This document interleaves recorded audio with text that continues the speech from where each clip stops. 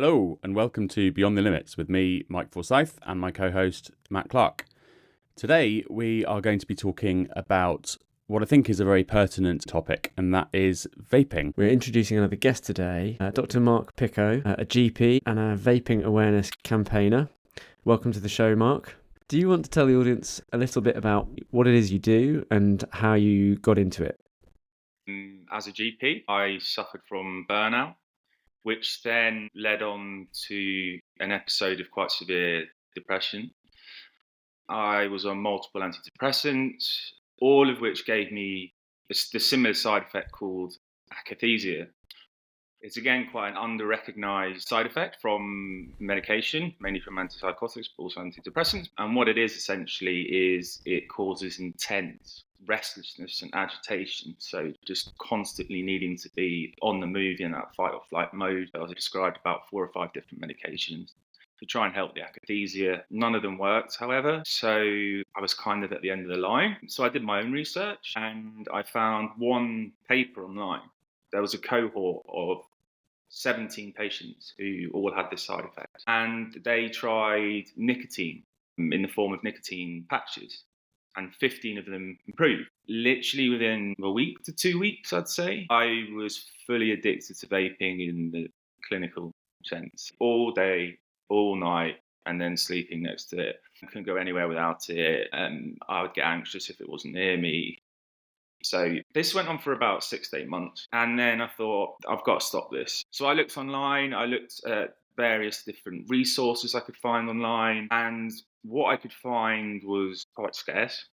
It developed into a passion project. So about a year ago, I thought, this has got to get better because there's nothing really out there to help people stopping vaping. And when I started to realise the scale of the problem, and in particular where it really sort of hit home, was in the use amongst children and young adults, and seeing children vaping, hearing the stories of children vaping, which I've heard some horrific stuff on. I feel like I'm in a position to do it from personal experience and from all the research I've done around it.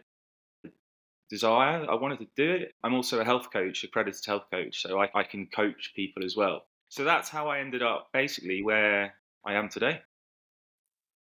Well, thank you for sharing that very, very personal story. You touched on a few interesting points there. It's worth exploring more. You mentioned that nicotine is obviously a drug, and quite a powerful drug, quite an addictive drug, and is used in certain clinical scenarios. And also how this is a relatively new introduction into society, isn't it? E-cigarettes and vaping hasn't been around for very long. I don't know about you guys, but certainly if we look back 20 years or so ago, starting medical school, God, that feels weird saying that, but vaping wasn't really a thing around those times. So looking back at the history, it is quite a new phenomenon. There have been various attempts throughout the years for electronic cigarettes to reach the market, and these have generally been batted back by the FDA or equivalent. Certainly in the 90s, a major US tobacco company developed an e-cigarette, rejected by the FDA on the basis of essentially it was an unapproved drug delivery device.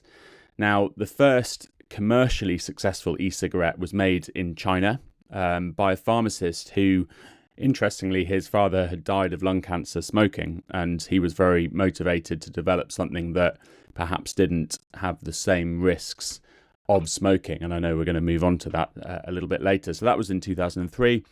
And then moving forward, 2006-ish, that's when e-cigarettes entered the European and the US markets. And they were really marketed initially as this smoking alternative. So fast forward to the 2010s, and this is really where vaping became more widely popular and marketed. And it's interesting looking at the marketing of it because it has significant parallels with the marketing of smoking back in the 50s and the 60s in terms of the prevalence of this. So as with all of these things, popularity boomed, but then there was a response to this. And in 2019, due to a health crisis that was linked to illicit THC cartridges in vapes, the regulations were tightened globally. And then from 2020 onwards, various governments have implemented restrictions, including flavour bans, age limitations, And this is really a response to this massive surge in popularity of disposable vapes. And, you know, any of us just need to walk down the street really to realise how much of an epidemic this is in terms of these vapes just discarded everywhere. You know, every other person seemingly having a vape attached to them or held in their hands. So that's the background of it. For a long time, this wasn't really going anywhere. And we look at that in terms of the numbers of smokers compared to the number of people who vape. So it really wasn't going anywhere until it was. So if we look at the actual stats of vaping, and here, forgive me for overseas listeners, but I'm just focusing on the UK, but I suspect the numbers are similar worldwide.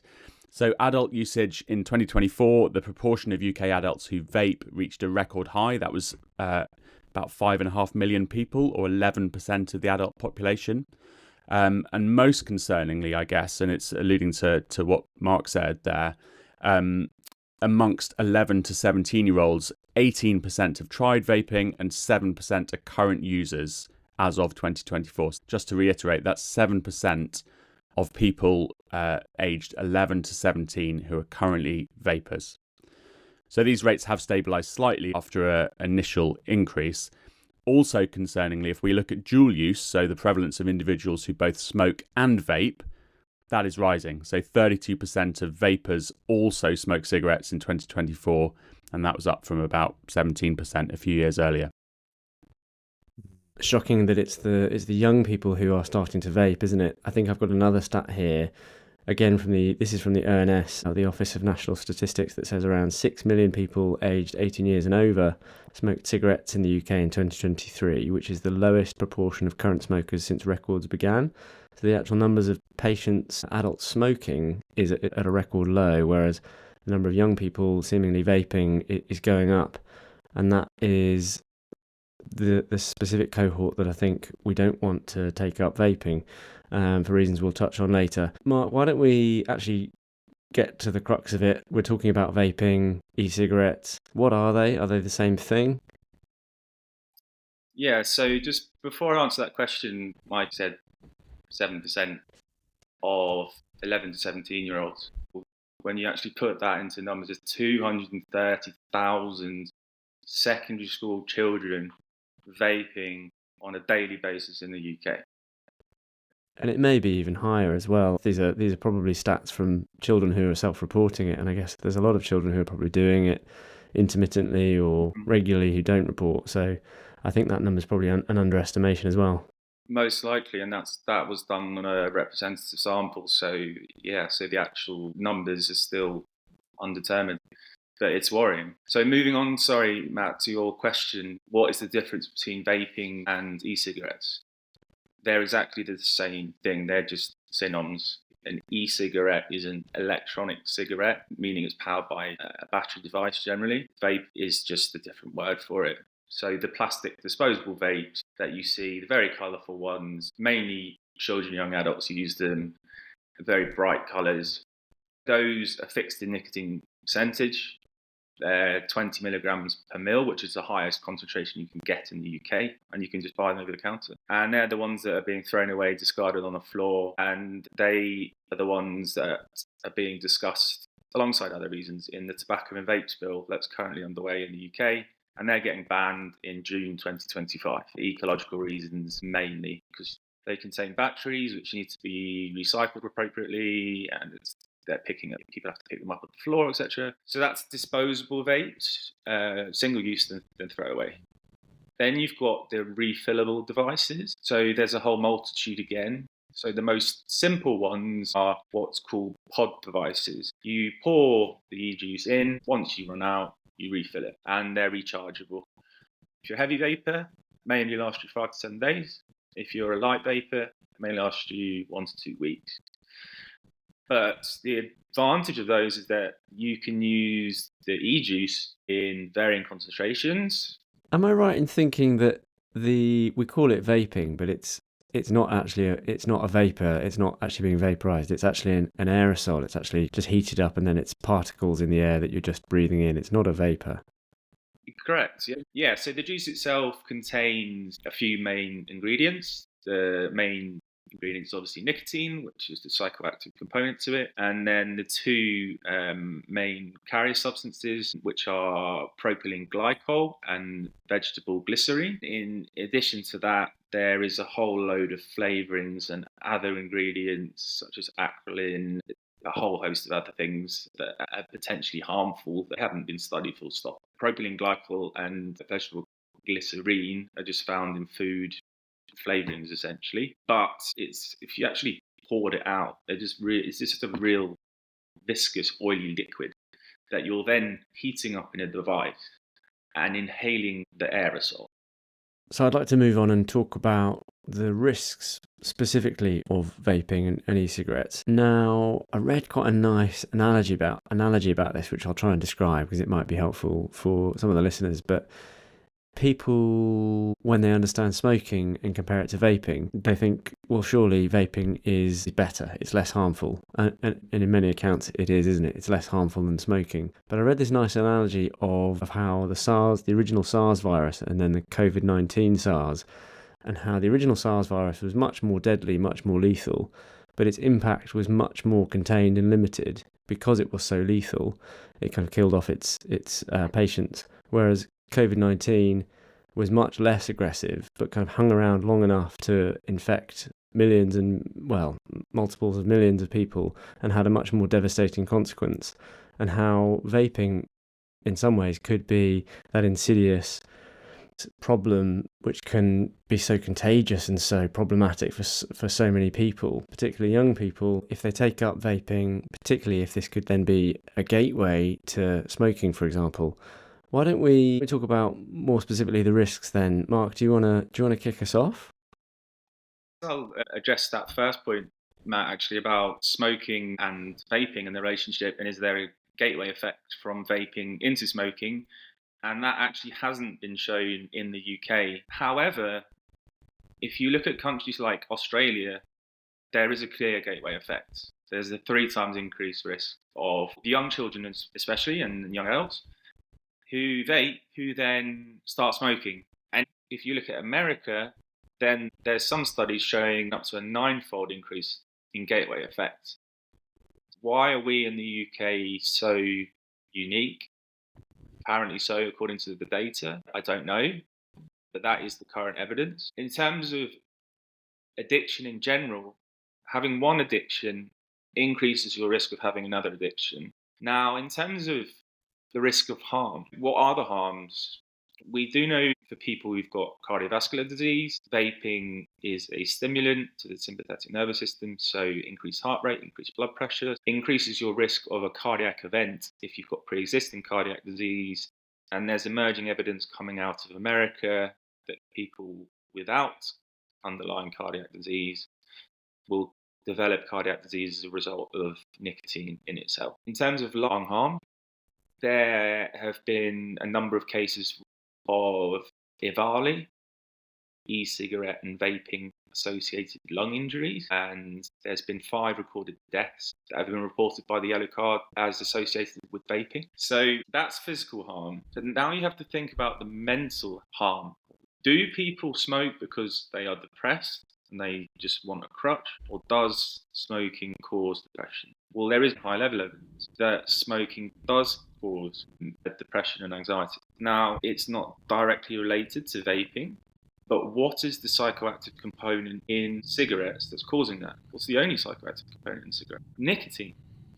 So personally, I feel that evidence can be translated across to vaping, because the concentration of nicotine that you get in vapes is higher than you would get in your average cigarette. And because of the ease that you could just puff, you get through a high quantity. My understanding of that phenomenon, I guess, is to do with the nicotine receptors. So particularly with smoking, and as you say, this is probably translatable to vaping given the nicotine levels, but that essentially the nicotine receptors in the brain are stimulated by the nicotine from smoking or from vaping, and they cause this rapid dopamine release, which is obviously the feel-good chemical. Now, that dopamine is then fairly rapidly reabsorbed and over time can cause some mood effects. It also is associated with the craving for that next puff of whatever it is, or the next drag. And And essentially that once you get into that cycle of persistently smoking or vaping, that increases those nicotine receptors by about 300%. So once they are created, they stay there. So smokers then become hardwired to need that nicotine hit. And I guess then if you to stop that or always be wanting it, that might explain those mood disorders. And also with vapes, how the dose of nicotine that can be delivered is much higher, because when from a cigarette, for example, the heat alone from the cigarette is much higher or less controlled. And then all of the toxic chemicals that are in a cigarette as well, almost in some ways prevent people from smoking continuously, that can be done with vaping, because you don't have those associated preventative factors. There's a societal effects as well, right? It's more acceptable in society to vape these days than it is to smoke, in the sense that, you know, the act of smoking now with the smoking ban involves you going outside, finding the cigarette, lighting the cigarette. With a vape, it's very much you reach into your pocket, press a button and you're done. I just wanted to pivot slightly and talk about smoking, because there's not anyone out there in the world, I suspect, who doesn't know that smoking is bad for them. We're not in the 60s anymore. We're not doctors who are promoting this for breathing techniques or for relaxation or whatever it is. But I thought it might be useful just to highlight a couple of really pertinent stats with regards to smoking. And the reason for this is that I want to slightly play the role of devil's advocate here. By no means am I promoting vaping, but I just want to put something out there and hear your reaction. So let's rattle through these. So smoking, it's the biggest preventable cause of death and disease bar none. Over 50% of long-term smokers die prematurely from smoking-related diseases. They die approximately 10 to 15 years short of average life expectancy, and have years of morbidity prior to this. So if we look at the smoking prevalence, 2011, we were looking at 19% of the UK population who were smoking. That's now down to about 11% as of a couple of years ago. If we look at smoking itself, there are over 4,000 chemicals in each puff. More than 250 of those are toxic, and more than 60 of those are carcinogenic. So there is an argument to say that the nicotine in cigarettes itself is relatively safe if we're comparing it to other substances. So there's an old adage in terms of smoking that it's the nicotine that makes you smoke, but it's the smoke which kills you. We've talked about this already in terms of the power of smoking and vaping addiction. And there are some really quite worrying stats, and these are relating to smoking per se. So it's felt to be as or more powerful than heroin and cocaine addiction. 60% of people will smoke after a heart attack.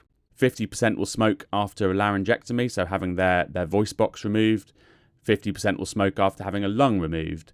And 80% don't stop during pregnancy, even though 80% say they do. And then smoking is incredibly hard to stop, right? So when we look at smokers, 70% of people want to stop, and more than 30% try to stop. But actually only about 3 to 5% stop long term. And that's generally because willpower alone is not enough. And we know that stopping smoking has a huge benefit on your health in general.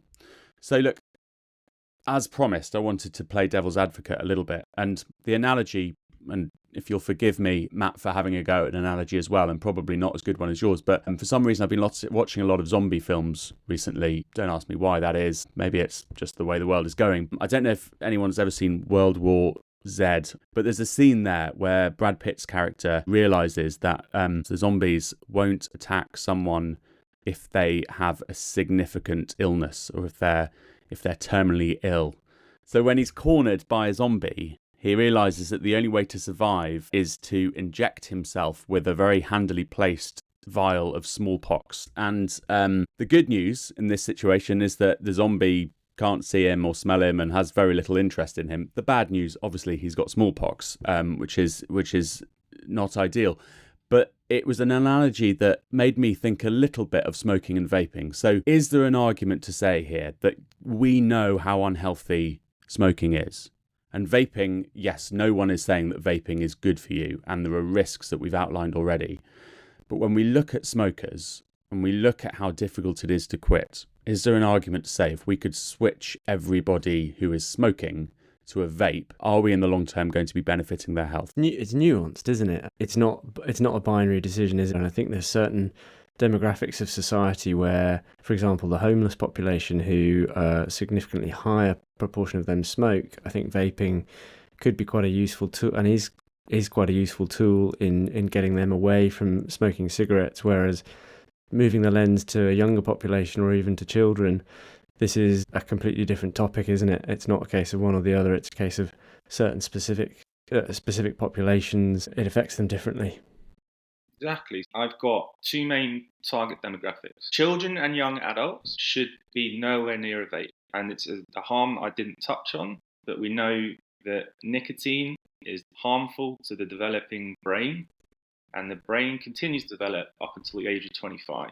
And we know that children and young adults who vape, or exposed to nicotine, have a higher incidence of cognitive deficits, learning difficulties, behavioural problems. Children should never be near a vape. The second main target demographic, like myself, never smoker vapors, should be nowhere near a vape. And that is in keeping with the message that Chris Whitty, the CMO, has put out. This is a whole different demographic. And that is where my main education and awareness support comes in. I'm not going to stop a smoker from vaping if they're still craving cigarettes, because it would be disastrous for them to relapse back into smoking. The other side of this that we haven't maybe mentioned or haven't touched upon, and it's a theme that we come back to in a lot of these episodes, in terms of looking at various health fads or new medical developments or new lifestyle choices, and that's the long-term risks here. And there are so many unknowns, right? So we don't know here. Vaping, as we said, is a relatively new thing. So whilst we can hear those claims where people say, look, okay, maybe it's not great, but it's better than smoking. Well, do we know that long term? And is it that in, X amount of years in the future, we're going to realize that actually there's a hell of a lot of harm here that we just weren't really aware of?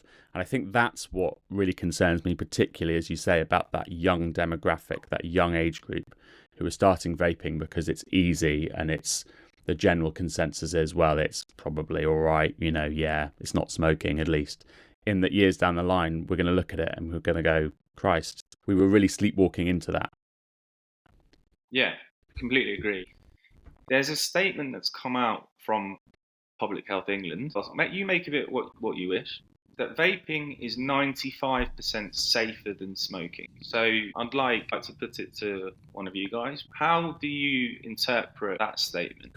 What does safer mean? No, I think that's the point I would take away from that, is that, are we talking about the onset of established smoking related diseases? So cancer, heart disease, whatever it is. What are we talking about? Are we talking about mental health? Are we talking about long-term risks? I think it sounds great on paper, right? Saying something is 95% safer. But what does that actually mean?